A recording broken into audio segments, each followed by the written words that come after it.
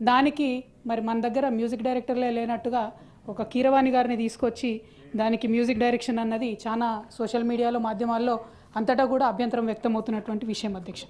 అట్లానే తెలంగాణ తల్లి విగ్రహ అధికార స్వీకరణ రాష్ట్ర విశిష్ట గుర్తింపును సమ్మిళిత స్ఫూర్తిని మరింత పటిష్టపరుస్తుందని చెప్పినారు అధ్యక్ష.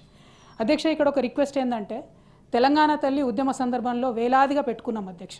అందులో తమ్మర్ పాల్గొన్నారు, కోదండరాం సార్ పాల్గొన్నారు, జూపల్లి కృష్ణారావు గారు పాల్గొన్నారు. ఇక్కడ ఉన్నటువంటి అనేక మంది పెద్దలు కూడా ఉద్యమంలో సమ్మిళితమై, సీతక్క గారు కూడా ఆనాడు నిరాహార దీక్ష చేసారు. ఒకరు కాదు, ఇద్దరు కాదు. తెలంగాణ తల్లికి దండ అయినటువంటి వ్యక్తి తెలంగాణలో లేరు అధ్యక్ష. కానీ అదే తెలంగాణ తల్లికి కేవలం ఒక గెజెట్ లేదు, ఒక జీవో ఇవ్వలేదని చెప్పి ఆవిడ స్వరూప స్వభావాన్ని మార్చేసి ఆమెను ఒక మామూలు తల్లిని చేసిండ్రు అధ్యక్ష. తెలంగాణ అంటే ఒక ప్రత్యేకత, ఒక బతుకమ్మ, ఒక బోనము ఉంటేనే ప్రత్యేకత. పోనీ మీకు బతుకమ్మ నచ్చలేదు అనుకోండి, బోనం పెట్టేది ఉంటుంది. కేవలం మన తెలంగాణలో ప్రత్యేకత ఉన్నది కదా. ఏది లేకుండా సంపూర్ణంగా తెలంగాణ తల్లి విగ్రహ రూపాన్ని మార్చి మళ్ళీ దాన్ని ఇక్కడ గవర్నర్ గారి చేత ఇది మన ఆత్మగౌరవానికి సాధికారితకు చిహ్నంగా ఉంది అని అంటే దీన్ని మెజారిటీ తెలంగాణ ప్రజలు అలా యాక్సెప్ట్ చేసేటటువంటి పరిస్థితిలో లేదన్న విషయాన్ని తమరు గమనించాలి అధ్యక్ష. ప్రభుత్వాన్ని గమనించాల్సిందిగా కోరుతా ఉన్నాను అధ్యక్ష. అట్లానే ఈ సంవత్సరం అధ్యక్ష మేము పదే పదే వారికి గుర్తు చేసినాము. దాశరథి గారు అధ్యక్ష చాలా గొప్ప కవి, ఎందుకంటే సంస్కృతి సాంప్రదాయాల మీదనే గవర్నర్ గారు ఫోకస్ చేస్తున్నారు కాబట్టి ఈ సూచన చేస్తూ ఉన్నాం అధ్యక్ష. వారి శత జయంతి సంవత్సరం అధ్యక్ష. నా తెలంగాణ కోటి రతనాల వినా అన్నాడు మా నిజామాబాద్ జైలు గోడల మీదనే బొగ్గుతో రాసినటువంటి గొప్ప కవి అధ్యక్ష. తను స్వాతంత్ర సమరయోధుడు. ఇది వారి శత జయంతి సంవత్సరం అధ్యక్ష. ఇంతవరకు ప్రభుత్వం నుండి కనీసం ఒక మంచి కార్యక్రమం కానీ చేస్తామని అప్పుడెప్పుడో 5-6 నెలల కింద ఒక స్టేట్మెంట్ వచ్చింది తప్పితే కనీసం ఒక కార్యక్రమం కూడా లేకపోవడం కొంచెం బాధాకరం అధ్యక్ష. చాలా గ్రాండ్గా అద్భుతంగా వారి యొక్క శత జయంతి సంవత్సరాన్ని ప్రభుత్వం నిర్వహించాలని చెప్పి ఈ సందర్భంగా మేము డిమాండ్ చేస్తూ ఉన్నాం అధ్యక్ష. అధ్యక్ష, అట్లానే 11వ పాయింట్లో అధ్యక్ష గవర్నర్ గారు ఏమంటారంటే 2,60,00,000 మెట్రిక్ టన్నుల ఉత్పత్తి రికార్డు స్థాయిలో దేశంలోనే అత్యధిక వరి ఉత్పత్తిదారుగా తెలంగాణ ఆవిర్భవించింది అని చెప్పినారు అధ్యక్ష. దీనిలో మరి కాళేశ్వరం పాత్ర లేదా అధ్యక్ష? కాళేశ్వరం ఉంది కాబట్టే 2,64,00,000 వచ్చింది. అంతకుముందు తెలంగాణ రాకముందు 64,00,000 మెట్రిక్ టన్నులు మాత్రమే మన తెలంగాణ యొక్క పంట ఉండే అధ్యక్ష.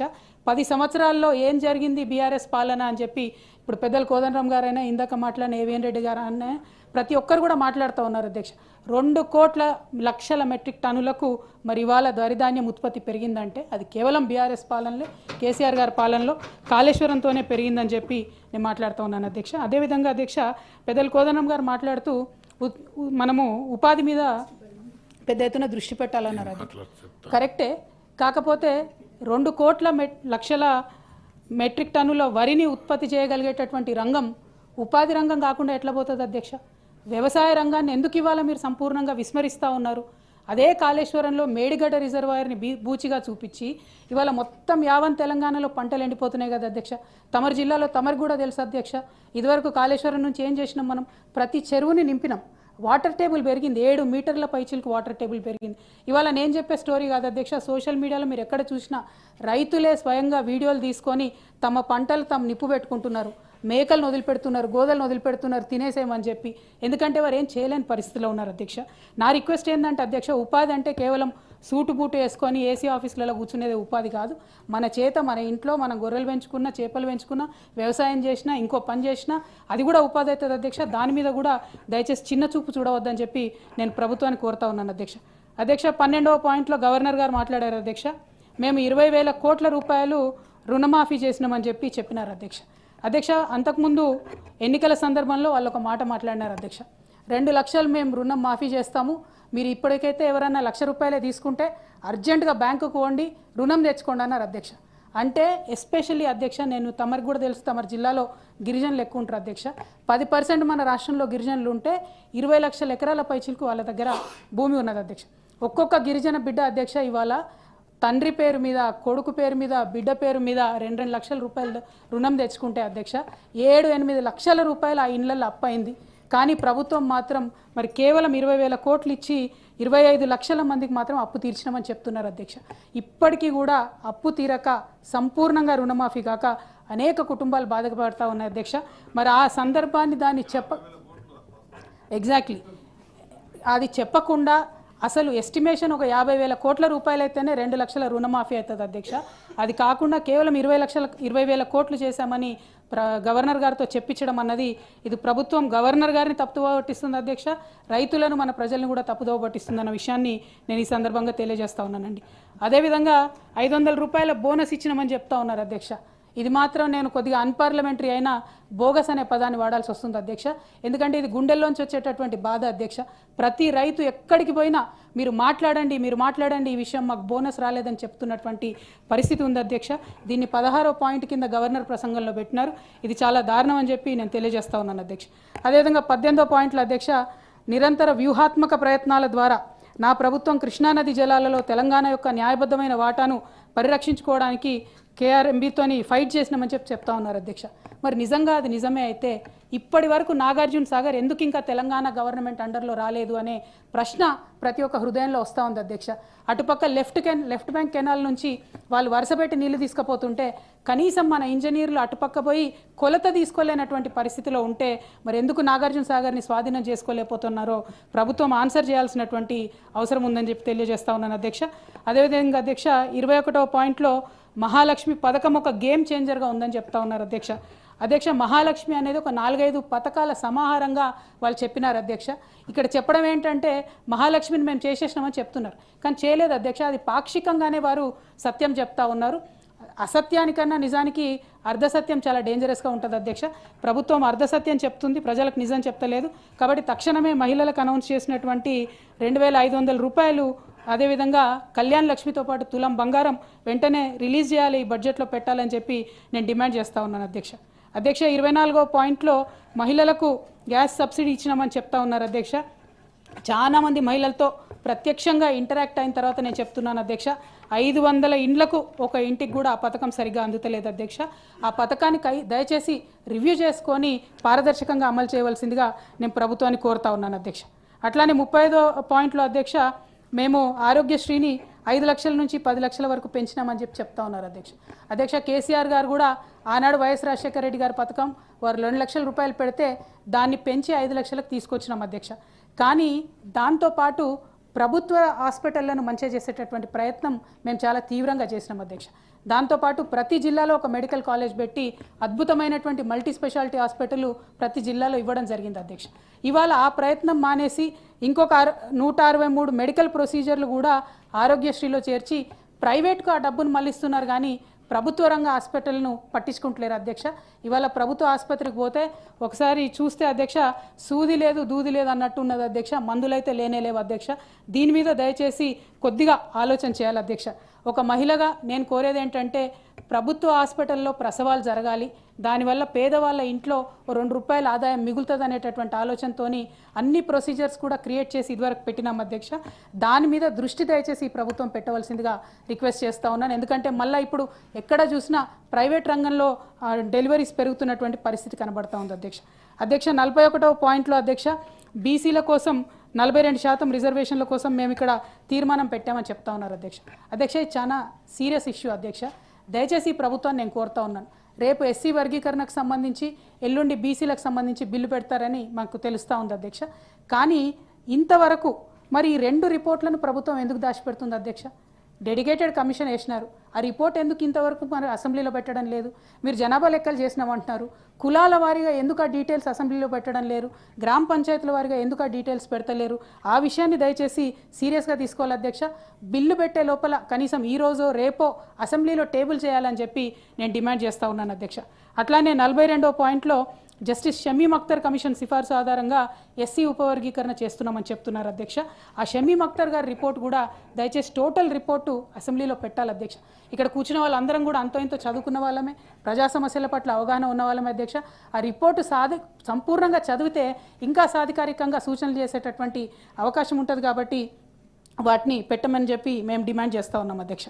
47వ పాయింట్లో దావోస్లో జరిగిన ఆర్థిక ఫోరంలో 49,500 కోట్ల మందికి ఉద్యోగాలు కల్పిస్తూ 1,78,000 కోట్ల పెట్టుబడులు వచ్చాయని చెప్పడం జరిగింది అధ్యక్ష. అయితే అధ్యక్ష క్రితం సంవత్సరం కూడా 40,000 కోట్ల రూపాయల పెట్టుబడులు వచ్చినాయని చెప్పినారు అధ్యక్ష. దానికి సంబంధించి ఒక వైట్ పేపర్ ఇవ్వాల్సిందిగా మేము డిమాండ్ చేస్తూ ఉన్నాం అధ్యక్ష. ఎందుకంటే ప్రధాన పత్రికలలో మరి పరిశ్రమలు మనల్ని వదిలిపెట్టి తమిళనాడుకు, గుజరాత్కి, కర్ణాటకకి పోతున్నట్టుగా తెలుస్తూ ఉంది అధ్యక్ష. అందుకోసమని ఈసారి వచ్చిన పెట్టుబడులు, క్రితం సారి వచ్చిన పెట్టుబడులకు సంబంధించి బడ్జెట్లో అన్న కొంత వైట్ పేపర్ పెట్టాలని డిమాండ్ చేస్తూ ఉన్నాం అధ్యక్ష. 53వ పాయింట్లో మన భూమాత గురించి చెప్పినారు అధ్యక్ష. అయితే ఇక్కడ అధ్యక్ష ఒకటి దయచేసి మనం గమనించుకోవాలి. ఇవాళ ఓవరాల్ మార్కెట్ సెంటిమెంట్ చూసినా, రియల్ ఎస్టేట్ చూసినా, రిజిస్ట్రేషన్లో వచ్చేటటువంటి ఆదాయం చూసినా అధ్యక్ష 33% పడిపోయింది. నిజంగానే భూమాత అనేటటువంటిది ఒక రెవల్యూషనరీ స్కీమ్ అయితే, విఆర్ఎల్ఎన్ మళ్ళా ప్రవేశపెట్టడం ఒక మంచి స్కీమ్ అయితే, ఎందుకు ఇవాళ ప్రజల్లో ఒక అభద్రత ఉందనేటటువంటి అంశం అందరం కూడా దయచేసి ఆలోచన చేసుకోవాలి అధ్యక్ష. అట్లానే ఆనాడు ఏం చెప్పినారు, మీరు ఎల్ఆర్ఎస్ కట్టకండి, బీఆర్ఎస్ పోతుంది, మేము వచ్చినాక ఎల్ఆర్ఎస్ మాఫీ చేస్తామన్నారు. మళ్ళీ ఇప్పుడేమో ఎల్ఆర్ఎస్ కట్టమని చెప్తున్నారు. దానికేమో అత్యవసరగా ఎవరు కూడా రానటువంటి పరిస్థితి ఉన్నది, ఆదాయం 0 అన్నటువంటి పరిస్థితి ఉన్నది. ఒక పక్క ప్రజలకు ఇచ్చిన మాటను తప్పుతూ ఉన్నారు, ప్రభుత్వానికి వచ్చే ఆదాయాన్ని కూడా గండి కొడుతూ మళ్ళీ ఇవాళ ప్రభుత్వ భూములు వేలం వేయాలని చెప్పి ఒక ప్రక్క ప్రయత్నం, ఇంకొక పక్క హైడ్రాతో విధ్వంసం మాత్రం కంటిన్యూస్గా చేస్తూ ఉన్నారు అధ్యక్ష.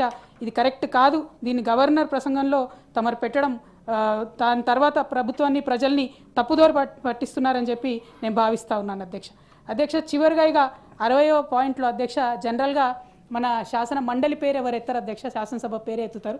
ప్రత్యేకించి గవర్నర్ గారు మాత్రం ఇక్కడ మాట చెప్పినారు అధ్యక్ష. బడ్జెట్ కేవలం అంకెల కూర్పు మాత్రమే కాదు, భవిష్యత్తు కోసం ప్రభుత్వ ప్రాధాన్యతలు, విజన్ల ప్రతిబింబం. మన పాలసీలు, కార్యక్రమాలు, సంక్షేమ చర్యలు తెలియజేసే ఒక ఆర్థికపరమైన నమూనా. అందువల్ల శాసనమండలి సభ్యులు అత్యంత ఆసక్తితో, శ్రద్ధతో బడ్జెట్ చర్చలో తప్పనిసరిగా పాల్గొనాలి అన్నారు అధ్యక్ష. మరి బడ్జెట్ మీద చర్చ ఎన్ని రోజులు పెడుతున్నాం అధ్యక్ష మనం మండలిలో? ఒకరోజు బడ్జెట్ మీద చర్చ, ఒకరోజు మొత్తం పద్దుల మీద చర్చ. ఒకరోజు మొత్తం పద్దుల మీద చర్చ అంటే ఇంతమంది సభ్యులకి అసలు అవకాశం ఎట్లా వస్తుంది అధ్యక్ష? మనిషికి 2 నిమిషాలు కూడా మాట్లాడే ఆస్కారం ఉండదు. Budget is a complex issue అధ్యక్ష. దయచేసి తమరు ఫైట్ చేసి మా తరఫున కొంచెం సమయం పెంచి బడ్జెట్ మీద ఎక్కువ టైం తీసుకోవాల్సిందిగా నేను కోరుతా ఉన్నాను అధ్యక్ష. చివరిగా నేను, మీరు ఏమనుకోకుంటే ఒక మాట చెప్తాను అధ్యక్ష. తమరు ఇందాక మా బీఆర్ఎస్ పార్టీ సభ్యుడి పైన కొంత సంయమనం కోల్పోయి నీ న్యూసెన్స్ అని అన్నారు అధ్యక్ష. ఆ న్యూసెన్స్ అనే పదాన్ని, అది కరెక్ట్ కాదు. తమరు నాకన్నా చాలా సీనియర్ అధ్యక్ష, మీకు చెప్పేంతటి దాని కాదు. ఆ పదాన్ని మాత్రం దయచేసి తొలగించవలసిందని రిక్వెస్ట్ చేస్తా ఉన్నాను. గౌరవ సభ్యురాలు మీరు కూడా అర్థం చేసుకోవాలా అధ్యక్ష, ఎప్పుడు కూడా ప్రతి సభ్యుడు మాట్లాడినప్పుడు ఒకే వ్యక్తి క్రాస్ టాక్ చేస్తూ అది చేయడం అనేటువంటిది కరెక్ట్ కాదు. అబ్సల్యూట్లీ అగ్రీడ్ అధ్యక్ష. కాకపోతే ఆ పదం మాత్రం తొలగించవలసిందిగా నా రిక్వెస్ట్. ఒకవేళ అన్పార్లమెంటరీ అయితే I will delete it definitely. ఇక చివరిగా ఒకటే అధ్యక్ష, జనరల్గా అధ్యక్ష ప్రతి ఒక్కరికి కూడా అధ్యక్ష ఫ్రీడమ్ ఆఫ్ స్పీచ్ ఉంటుంది కదా అధ్యక్ష. మీరు అదే మాట్లాడుతున్నారు, మర్యాద ఉండదు, పద్ధతి కాదు అది. నేను వారు మాట్లాడినారు అన్న, తమరు ఆలోచించండి అధ్యక్ష. ఆలోచించి అన్పార్లమెంటరీ అయితే దయచేసి రిలీజ్ చేయండి అధ్యక్ష. అట్లానే చివరిగా ఒక విషయం చెప్పి ముగిస్తాను అధ్యక్ష. జనరల్గా జీవితంలో ప్రతి ఒక్కరు కూడా మాట్లాడినా అన్పార్లమెంటరీ వర్డ్స్ ఉంటే I will delete it. Absolutely sir, absolutely. గొప్ప గొప్ప కథల్లో మన పాత్ర ఉండదు అధ్యక్ష అందరికీ కూడా. కానీ ఎవరికి వారు మన కథ గొప్పగా ఉండేలా చూసుకోవాలి అధ్యక్ష. ఈ ప్రభుత్వాన్ని లీడ్ చేస్తున్నటువంటి గౌరవ ముఖ్యమంత్రి గారికి అతి గొప్ప ఉద్యమం అయినటువంటి, ప్రజాస్వామిక ఉద్యమం అయినటువంటి తెలంగాణ ఉద్యమంలో వారి పాత్ర లేదు అధ్యక్ష. కాబట్టే వారు తీసుకునే అనేకమైన నిర్ణయాలు తెలంగాణ ప్రజల పక్షాన ఉంటలేవు, వారి మనోభావాల్ని హర్ట్ చేసే విధంగా ఉన్నాయని చెప్పి నేను భావిస్తూ ఉన్నాను అధ్యక్ష. అందులోనే తెలంగాణ తల్లి కావచ్చు, ఇంకోటి కావచ్చు అనేకమైన అంశాలు వారు తెలంగాణ ప్రజల మనోభావాలు దెబ్బతినే విధంగా వ్యవహరిస్తున్నారని చెప్పి నేను భావిస్తూ ఉన్నాను అధ్యక్ష. ఇక చివరిగా అధ్యక్ష, తెలంగాణ అంటేనే గంగా జమున తహజీబ్ అని చెప్తాం అధ్యక్ష. ఇప్పుడు రంజాన్ మాసం కూడా నడుస్తూ ఉంది అధ్యక్ష. మరి ఇట్లా నడుస్తున్నటువంటి సందర్భంలో కూడా మొన్న వచ్చిన ఎమ్మెల్సీలో కూడా ఒక్క మైనారిటీకి ప్రాధాన్యత ఇవ్వలేదు. ఇప్పుడున్న మంత్రివర్గంలో కూడా ఒక మైనారిటీ లేరు, ఒక ఎస్టీ లంబాడా లేరు. ఉమ్మడి ఆంధ్రప్రదేశ్ చరిత్రలో కూడా ఏనాడు మంత్రివర్గంలో మైనారిటీ లేకుండా, ఎస్టీ లంబాడాస్ లేకుండా మంత్రివర్గం లేదు అధ్యక్ష. ఇది కేవలం ఈ ప్రభుత్వం చేస్తుంది.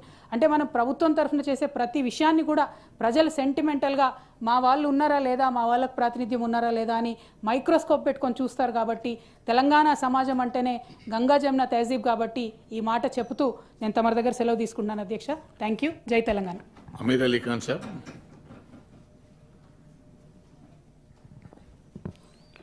Thank you, Chairman, sir. Sir, thank you very much for giving me this opportunity to speak on the governor's